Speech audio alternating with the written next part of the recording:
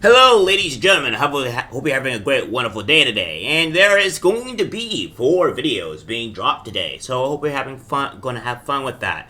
I'll be doing more videos next week as well. That will probably be a little bit more interesting. I'm trying to get more videos out.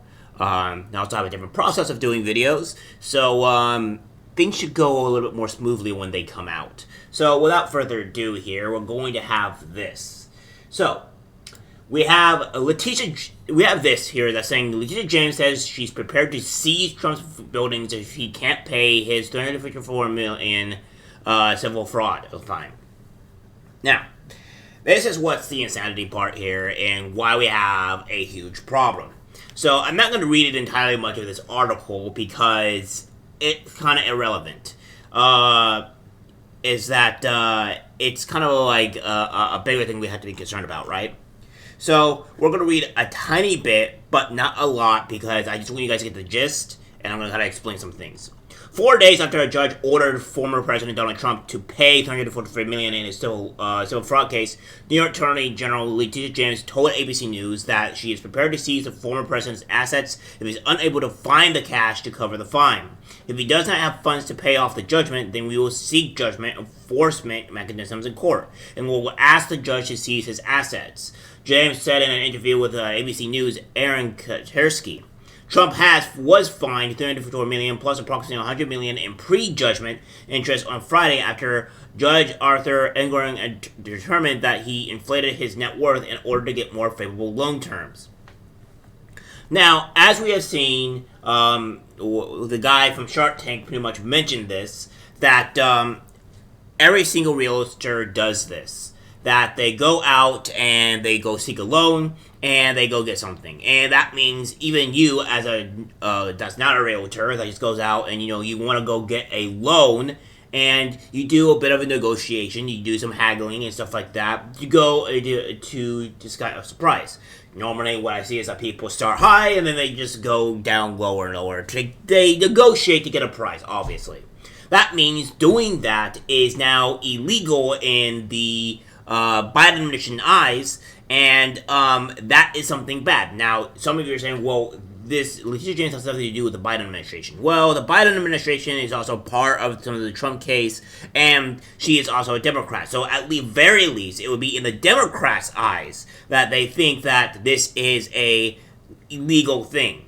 Because, as I said, is to get more favorable loans. Well, again, yeah, as everybody said, every single realtor does this. So that means that if you have done this, you can be sued or have all your assets and everything taken from you. They do not want you to be able to have anything or own anything. It is the property of the government. And this is something that people need to start realizing here, that if they do this to Trump, they will do this to you. If the previous president of the United States of America is not immune or can be easily attacked like this, then that means you, basic peasant, you citizen, you piece of garbage, at least into their eyes, you would be next. You are even weaker than a man that has billions of dollars, so therefore all your assets, everything will be stolen from you, so let that be known. If the leftists think this is a win, it's not. It is a loss because that means they can come after you, little leftists. You think that they wouldn't when they could just oh, well, this person has money. Oh, we're in desperate need of money. We are failing our government. Because let's be honest, our government is failing. It is not functioning the way it should. And now that we have this situation here, if they need money, they'll just go and take it from you. Because, they did that exactly to Trump. There is no difference here. We have a bit more of this too. Trump is racking up an extra $87,000 per day in interest from fraud ruling. A New York judge ordered Trump to pay almost $355 million in Friday in the fraud case against the ex-president and his company. An amount that would only keep ballooning as 9% interest rate on the judgment means Trump will keep taking up by more than $87,000 per day until it's paid. So we have this. Judge Arthur N. Gordon ordered Trump and companies he controls to pay $354 million as part of the civil fraud case, accusing Trump and his associates of misstating valuations on financial statements for personal gain, which is made up of three penalties for $168 million, $126.8 million, and $60 million. Again, this was what called negotiations. Again, we have this where Trump was bringing up negotiations, and saying my building, my stuff is worth this much. He went to go ask the bank. The bank did some negotiations, and then therefore, with those negotiations, it came out to something like this. Including interest, Trump actually owed $453.5 million as of Friday, according to the New York Attorney General's office, based on a 9% interest rate that Gordon rules started occurring on the fines in March 2019, May 2022, and June 2023, respectively, adding $98.6 million to the amount Trump owes. That interest will keep recurring until it's paid off, even if Trump appeals the ruling, which won't stop him from having to post an appeals bond or putting cash into a court-controlled account. The 9% rate means Trump will owe an additional $31.9 million in interest per year, which breaks down to $22.7 per month, $614,000 per week, and $87,000 per day. So this is the insanity and the corruption of our government. The way they're trying to really bring down Trump and force him to have to leave. And honestly, if Trump does become president, I want him to go after all these fucking people, every last one of them, and bring them down. And then we have says Trump likens court ordering him to pay millions in civil fraud case to Navalny's death. Now, you guys probably don't know who Navalny is. Well, let me do some research and let me show you who Navalny is. A little bit of research goes a little bit long way. Now, I understand this is from Wikipedia, but of course there's many articles that suggest the same thing or what have you of what Navalny is. So I'm going to read this to you. Navalny was a Russian opposition leader, lawyer, anti-corruption activist, and political prisoner. He organized anti-government demonstrations and ran for office to advocate reforms against corruption in Russia and against President Vladimir Putin and his government. Navalny was founder of the Anti-Corruption Foundation. He was recognized by Amnesty International as a person of conscience and was awarded the Sakharov Prize for his work on human rights. Through his social media channels, Navalny and his team published material about corruption in Russia, organized political demonstrations, and promoted his campaigns. In 2011, radio interview, he described Russia's ruling party, United Russia, as a party of crooks and thieves, which became a popular epithet, and Navalny and the FPK have published investigations detailing alleged corruption by high-ranking Russian officials and their associates.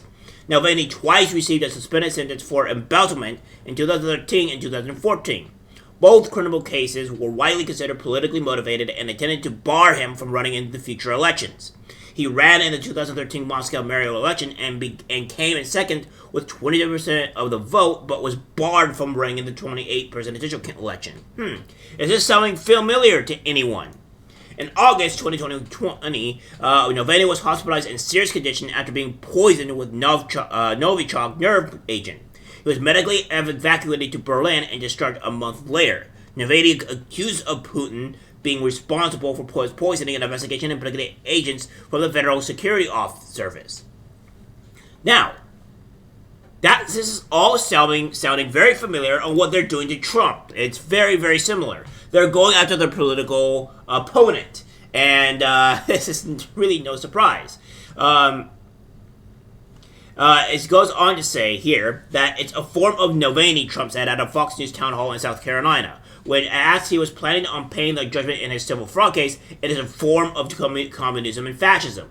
The former president, who faces 91 criminal charges across multiple cases, continued to basically suggest he was being politically targeted in the same way the outspoken criminal critic was. Trump, the frontrunner for the Republican presidential nomination, did not condemn Russia or President Vladimir Putin for Navalny's death, standing in stark contrast to the swift and forceful reactions from Western leaders, including President Joe Biden, who blamed Putin in a speech from the White House hours after reports of Navalny's death. In Trump's most extensive comments yet about Navalny, the former president said Tuesday, Navalny was a very sad situation. He was very brave. He was a very brave guy because he went back. He could have stayed away, and frankly, probably would have been a lot better off staying away and talking from outside the country as opposed to having to go back in. And it's a horrible thing, but it's happening in our country too. We are turning into a communist country in many ways. If you look at it, I'm the leading candidate. I got indicted. I got indicted 4 times. I have 8 or 9 trials, all because of the fact that I'm in politics, Trump said. And yes, this is 100% correct, because they have not gone after a man so much. And you're going to see later on into the day here, as we go through this stuff, that there's a lot of stuff that they were trying to make Trump be out as a villain, but when you get the full context, it's not. This is the reality and the danger of the media and the far left. They're going to attack Trump because they think he's a bad, awful guy, and he's terrible, which we can all agree or disagree that he is not the greatest person on the planet. I don't think anybody is, but yeah, I don't think Trump is this amazing guy on the planet. But the media is really trying to make him worse than he really is, and this is just the reality. And I think you people need to start realizing that, especially the people on the left, because if you think this ends at Trump, you're very, very sadly mistaken. It's only a matter of time until they come after you. Alright guys, that's it for the video. Let's guys share. As always, take care. I'm discussing about what I see in public. Even people closest to us can't be trusted. Cause it's algorithmic disease, the social media.